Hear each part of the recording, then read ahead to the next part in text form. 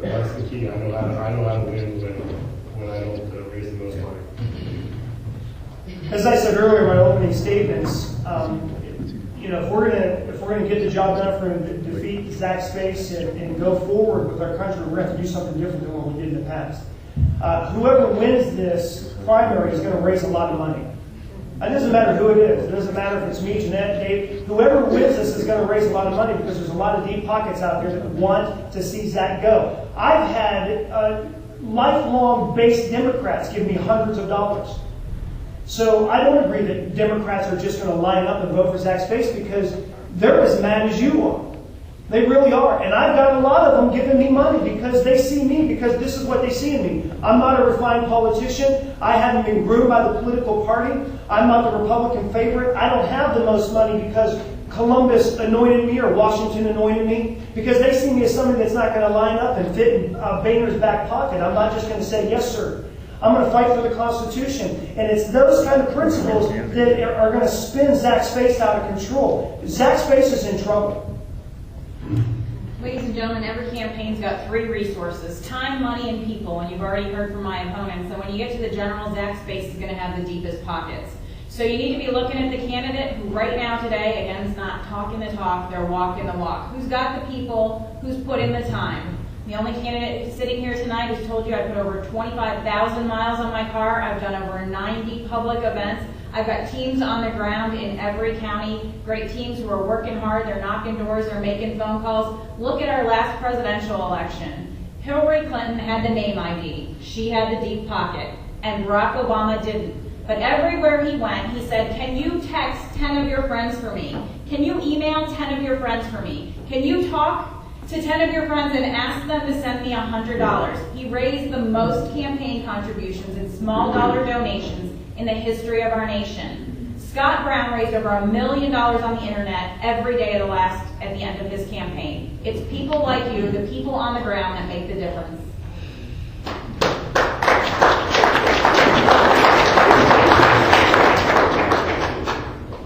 We have two questions left, and one of them have primarily been addressed, so I'll go with the last one in the interest of time.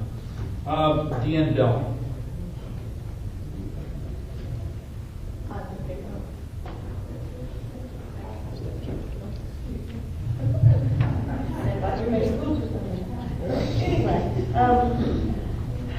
I just wonder how everyone feels about the gerrymander process. Speaking of money. It's wrong. Gerrymandering? Yeah, you're talking about the way they structure the districts based on money and all that kind of stuff. Yeah, it's wrong. It's absolutely, it's unrighteous, it's unholy, and it's irresponsible. And not only should they not be doing it, we shouldn't be letting them do it. They're about to do it again. I mean, it's census time. And we're gonna lose a representative or two maybe in the state of Ohio. And how's that going to look? You know, this district, District 18, is probably going to be divided up. Whoever wins this election, if they run again, they're going to have to run in a different district because of the way they're going to rework this system.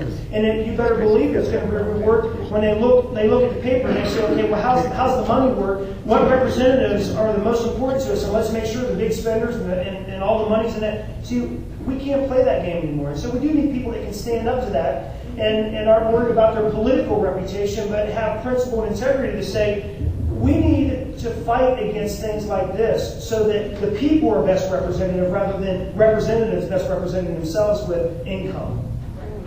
We just passed a bill out of the House, Senate, sent it over to the Ohio House, which they're sitting on it, to change the process now it's done, to make competitive districts and the process and open it up and also change it. Well, first of all, the General Assembly draws the districts for congressional districts. The Enforcement Board draws it for General Assembly districts. And we have a proposal we passed out to change the enforcement makeup to be more accountable. And then also, the General Assembly would have to have certain parameters for competitiveness and that to try to get away with gerrymandering. And that was a good bill that's sitting on the House. 2010 is the key to that. The apportionment board is up. The governor, the secretary of state, and the auditor are who's going to control that on a state level. The state house, as you heard Mr. Gibbs say, is going to control it for the congressional race. You're going to be able to control who holds that pen and who's making those decisions. You need to hold them accountable. It's still comes back to the people. It all comes back to you and the decisions you make. The people you put in office are the ones who are going to hold that pen. We're sitting in the largest geographic district in the state of Ohio. 16 counties, runs all the way from Dover, New Philadelphia to here in Chillicothe, from Mount Vernon to St. Clairsville, from Zanesville to Jackson. So what's going to happen with this district is anybody's guess, but you hold the power because you hold the vote this November, and it makes a difference. You hold the power to help elect the apportionment board, but it's up to them to decide how they lay it out. And quite frankly, it's been fraught with politics in the past. John Houston, who's running for Secretary of State, proposed to take all the politics out of it. He won't take all the politics out of it. But there's ways of following natural boundaries and civil boundaries that would make the districts a whole lot more effective than what they were in the past.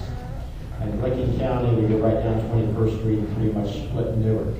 We have 2 townships in Belmont County because that's where Bob Ney lived. There's no reason for having him except that's where he lived and we wanted to put him in there.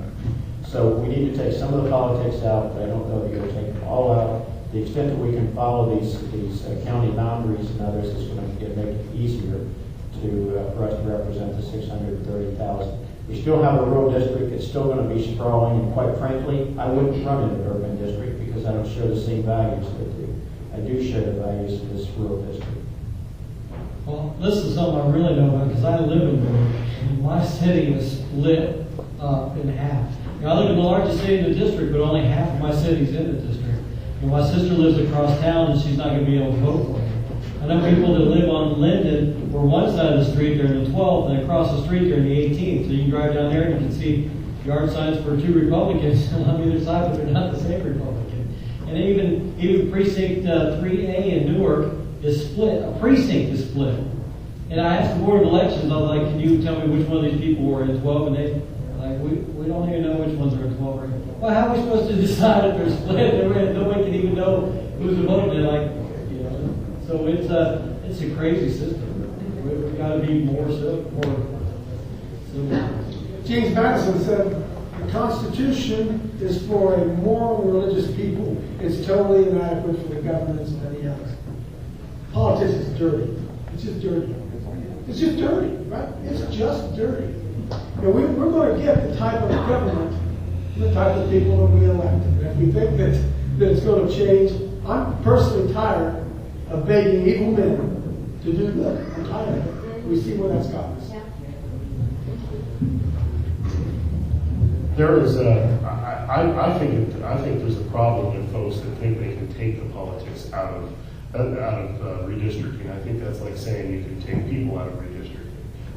Now, I think if we can put rules in there where you don't unnecessarily divide communities and things of that nature, it makes it a lot harder to do the gerrymandering. If we can put those protections in, there are some in there, but there needs to be more protections in the redistricting process. But to say that there's not going to be politics in it, that means it's not going to be people doing the redistricting, and I think that's a little. I don't think that's even. I know some of the candidates on the panel here alluded to that. I don't even know that that's possible. It would have to be done by some total computerized process that had no person